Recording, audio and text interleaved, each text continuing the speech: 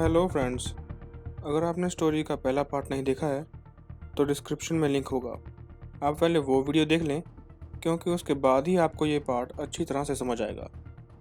और अगर आपका मूड नहीं है तो कोई बात नहीं, आप यहीं से शुरू कर दो। युविका अपने घर के गेट के पास 4 घंटों तक बेहोश पड़ी रही और तभी गेट खुलता है और गेट से पिनांसी, जो कि सूरज और युविका की बड़ी बहन है, वो अंदर आती है। युविका को ऐसे नीचे पड़ा देख पिनांसी घबरा जाती है और उसे उठाती है। युविका जागते ही अपने आगे पिनांसी को देखती है और पिनांसी के गले लगकर वो बहुत रोती है और उसे सारी बात बताती है कि उसके साथ कल रात क्या हुआ। यह सुनकर पिनांसी बोलती है कि मेरा शक सही निकला। मुझे ऐसा महसूस हो रहा था कि घर पर कुछ तो गड़बड़ है, इसीलिए मैं गांव से जल्दी वापस आ गई। दरअसल पिनांसी बचपन से ही काली शक्तियों को सेंस करने की शक्ति रखती थी और धीरे धीरे उसने अपने ब्लैक मैजिक पर स्टडी करनी शुरू की और काफ़ी रिसर्च करने के बाद वो लोगों की मदद करने लगी जिन्हें ये काली शक्तियाँ परेशान करती थी। और वो अपने गांव भी इसी काम के लिए गई थी क्योंकि उसे वहाँ पर बुलाया गया था किसी की मदद करने के लिए जिसे काली शक्तियाँ परेशान कर रही थी। तभी युविका को याद आता है कि सूरज ने उसको एक लेटर दिया था। वो लेटर उसके हाथ में ही था। जैसे ही वो लेटर युविका ने पढ़ा, उसके पैरों के नीचे से जमीन खिसक गई। उस लेटर में सूरज ने लिखा था, दीदी, मैं आपको अपनी बात बोल कर नहीं बता सकता क्योंकि वो चीज़ हर वक्त मेरे आसपास ही मंडराती रहती है, इसीलिए मैं उसे छुप के ये लेटर लिख रहा हूँ।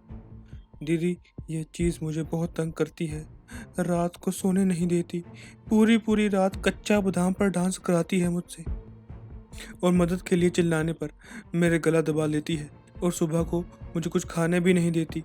उस दिन जब आप पूछ रहे थे कि मैं अजीब सी हरकतें क्यों कर रहा हूँ और कुछ खाता क्यों नहीं, उस दिन भी वो वही थी, ठीक आपके पीछे। इसने मुझे कहा कि अगर मैंने आपको कुछ भी बताया तो ये आपको मार देगी। इस चीज़ को रोकने का सिर्फ एक ही रास्ता है, आपको वो बॉल जलानी होगी। वो बॉल मेरे कमरे में ही है, दीदी मुझे बचा लो प्लीज़। यह सुनने के बाद पिनांसी ने एक लंबी सांस ली और 2 मिनट के लिए अपनी आंखें बंद कर ली और कुछ सोचने लगी। और फिर उसने आंखें खोली और युविका के कान में कुछ कहा जिसे सुनकर युविका बहुत डर गई। पर पिनांसी ने अपने बैग से एक कागज़ निकाला और युविका के हाथ में थमा दिया और कहा, इस पर लिखा ये मंत्र याद कर लो, इसे बार बार अपने मन में बोलती रहो, डरो मत, तुम्हें कुछ भी नहीं होगा। और फिर वो दोनों घर के अंदर की ओर चल दी।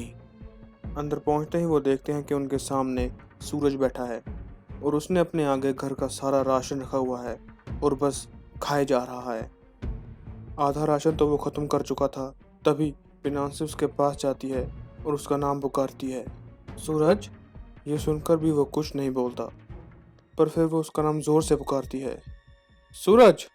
तभी सूरज खाते खाते रुक जाता है और धीरे से मुस्कुराते हुए पिनांसी की ओर देखता है और कहता है, है कौन ये सूरज? मैं तो सूरज नहीं। ये सुनते ही पिनांसी ने युविका की ओर देखा और उसे आंख से इशारा किया। युविका पहले तो थोड़ा हिचकिचाई, पर फिर उसने अपनी जेब से एक प्लेट निकाला और अपने हाथ पर एक कट लगा लिया।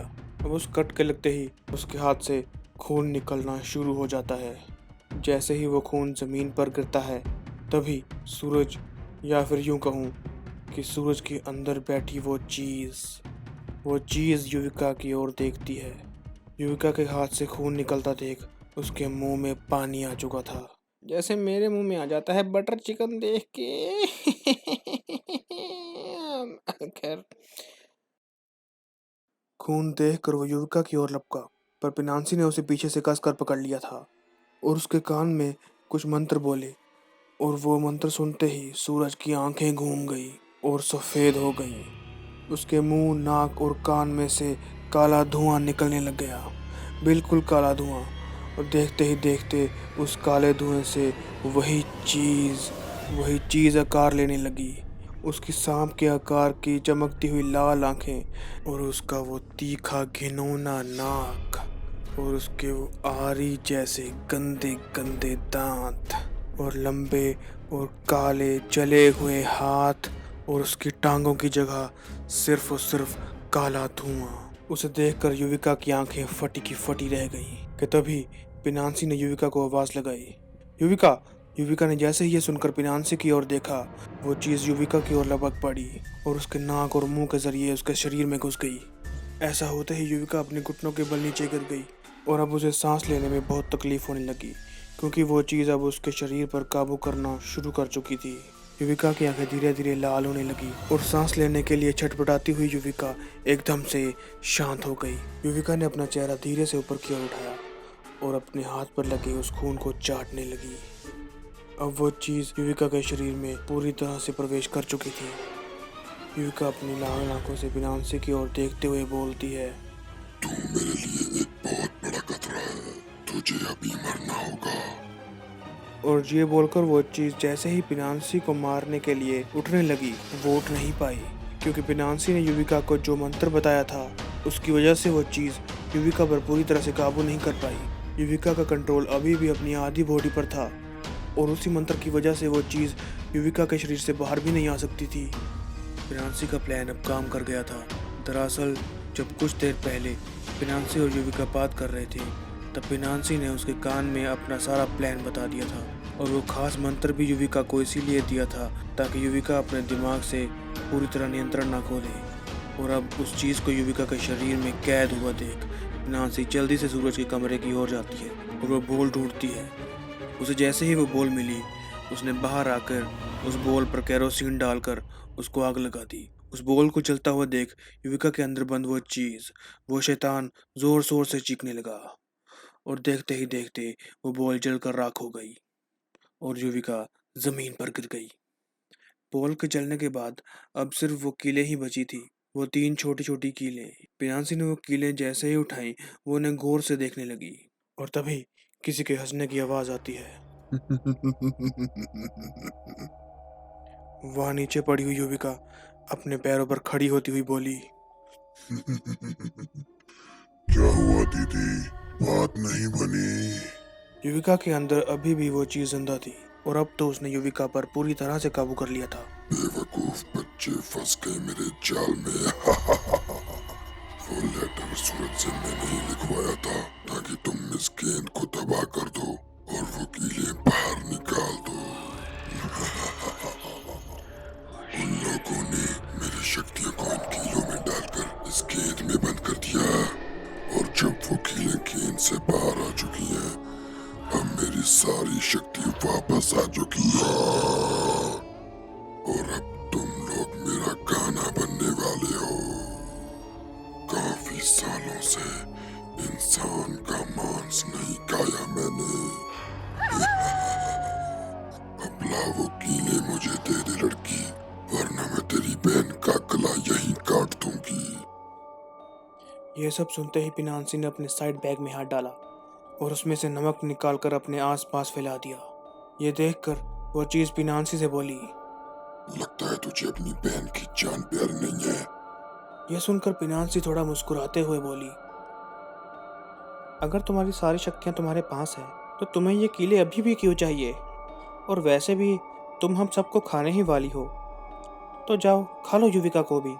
पर मुझे पता है कि तुम ऐसा कुछ भी नहीं करोगी, क्योंकि इन कीलों से तुम्हारी शक्तियों के साथ साथ तुम्हारी जान भी जुड़ी हुई है। यह सुनकर वो चीज वहीं रुक गई और अब उसके मुंह से वो हंसी भी गायब हो गई थी और फिर उसने गुस्से में कहा, वो कीले इतनी आसानी से तबाह नहीं होंगी, छोटी बच्चियों क्या, ना ये चलेंगी ना ही ये टूटेंगी। तू मेरा अभी भी कुछ नहीं बिगाड़ सकती। और फिर पिनांसी ने अपने साइड बैग से एक पानी की बोतल निकाली। वो कोई आम पानी नहीं था, उस पानी को गुरुद्वारे से लाया गया था। उसके आसपास बहुत ज़्यादा पाठ पूजा की गई थी और इसीलिए अब वो पानी सिर्फ पानी ना रहकर अमृत बन चुका था। उस पानी को देखते ही युविका के शरीर में घुसी हुई उस चीज़ ने पिनांसी के आगे घुटने टेक दिए और जान की भीख मांगने लगी। ऐसा मत करो, मेरे साथ ऐसा मत करो, मुझे बख्श दो, मैं तुम्हारे आगे हाथ जोड़ती हूँ। यह सुनकर पिनांसी ने उसे युविका के शरीर से बाहर निकलने के लिए कहा और जैसे ही वो चीज़ युविका के शरीर से बाहर निकली, पिनांसी ने उसकी ओर देखते हुए कहा, तुम जैसों के साथ कोई समझौता नहीं। और फिर पिनांसी ने वो कीलें उस पानी में डाल दी और देखते ही देखते पानी में वो कीलें घुलने लगी। जैसे जैसे वो कीलें खत्म हो रही थी, वैसे वैसे ही उस चीज़ में भी आग लग रही थी। नहीं नहीं, तुमने ये क्यों किया? तुम बच्चात कहेंगे, मैं फिर वापस आऊंगा। और फिर देखते ही देखते पानी के अंदर वो कीलें खत्म हो गई और वो चीज़ भी जलने लगी और चीखते चिल्लाते हुए पिनांसी को बुरा भला कहते हुए हमेशा हमेशा के लिए वहाँ से गायब हो गई।